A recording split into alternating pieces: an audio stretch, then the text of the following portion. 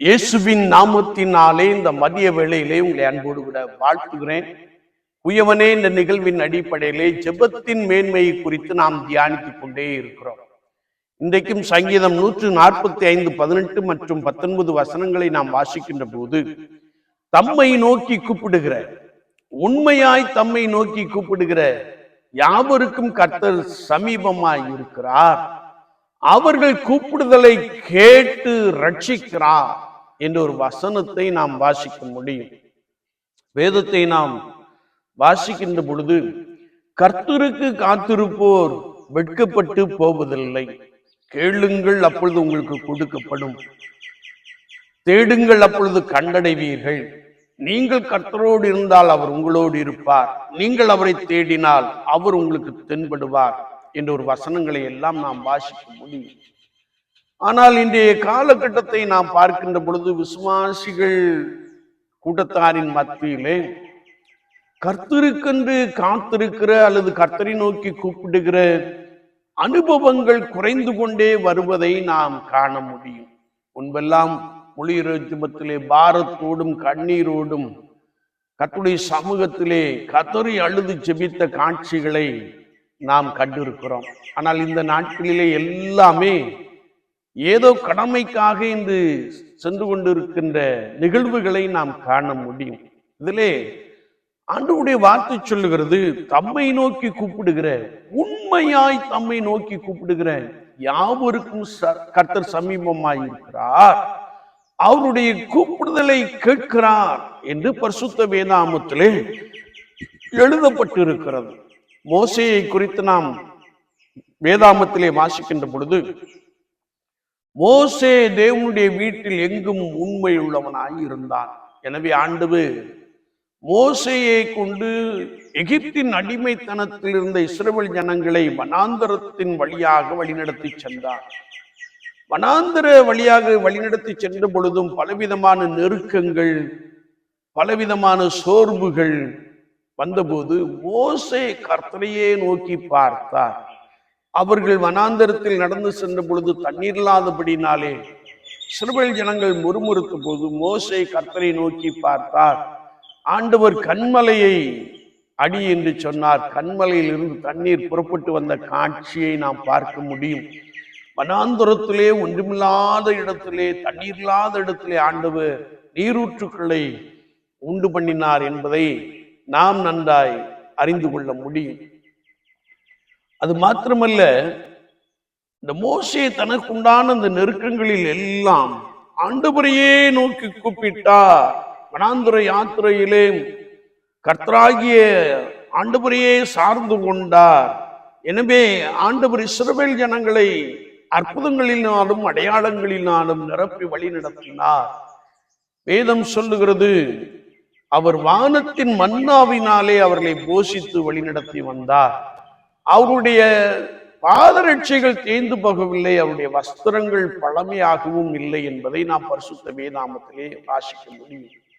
என்னை கேட்டுக்கொண்டிருக்கிற என் அன்பு சகோதரனே, சகோதரியே, ஆண்டவராகிய இயேசு கிறிஸ்துவை நோக்கி உண்மையாய் கூப்பிடுகின்ற பொழுது அவர் உன் கூப்பிடுதலை கேட்டு உன்னை ரட்சிக்கிறார், உனக்கு விடுதலை செய்கிறார், உனக்கு ஒரு பெரிய அற்புதத்தை செய்கிறார். அது மாத்திரமல்ல, தானியேலுடைய வாழ்க்கையை நாம் பார்க்கின்ற பொழுது, தானியேலோடு கூட பணி செய்த பிரதானிகள் எல்லாரும் தானியேலுக்கு விரோதமாய் காணப்பட்டார்கள். தானியேல் மீது குற்றம் சுமத்த வேண்டும் என்று விரும்பினார்கள். ஒரு குற்றத்தையும் அவர்களால் கண்டுபிடிக்க முடியவில்லை. ஆனால் வேதத்திலே நாம் வாசிக்கிறோம், தானியேல் தன்னுடைய கடமையிலே உண்மை உள்ளவனாய் காணப்பட்டது மாத்திரமல்ல, அவன் தினமும் 3 வேளை தேவனை நோக்கி ஜெபம் பண்ணி கொண்டிருந்தான் என்று வேதம் சொல்லுகிறது. எப்படி ஜெபம் பண்ணினான்? அவன் ஆண்டவரை நோக்கி முழங்கால் படியிட்டு ஸ்தோத்திரம் செலுத்தினான் என்பதை குறித்து நாம் பரிசுத்த வேதாகமத்திலே மிக தெளிவாக அறிந்து கொள்ள முடியும். தனக்கு விரோதமாய் எல்லாரும் எழுந்து நிற்கிறார்கள், தனக்கு விரோதமாய் சட்டம் இயற்றப்பட்டு இருக்கிறது என்பதை எல்லாம் அறிந்த இந்த தானியேல் கர்த்தருக்கு முன்பதாக நிற்பதிலே உண்மை உள்ளவனாக காணப்பட்டான். ஆண்டவரை உண்மையாய் தேடினான். வேதத்தை நாம் வாசிக்கின்ற பொழுது, இயற்றப்பட்ட சட்டத்தின்படியே அவனை சிங்கக்கவியிலே தூக்கி போட்டார்கள். சிங்கங்கள் அவனை சேதப்படுத்தவில்லை. ஏனென்றால் ஆண்டவர் தம்முடைய தூதனை அனுப்பி சிங்கங்களின் வாயை கட்டி போட்டார்.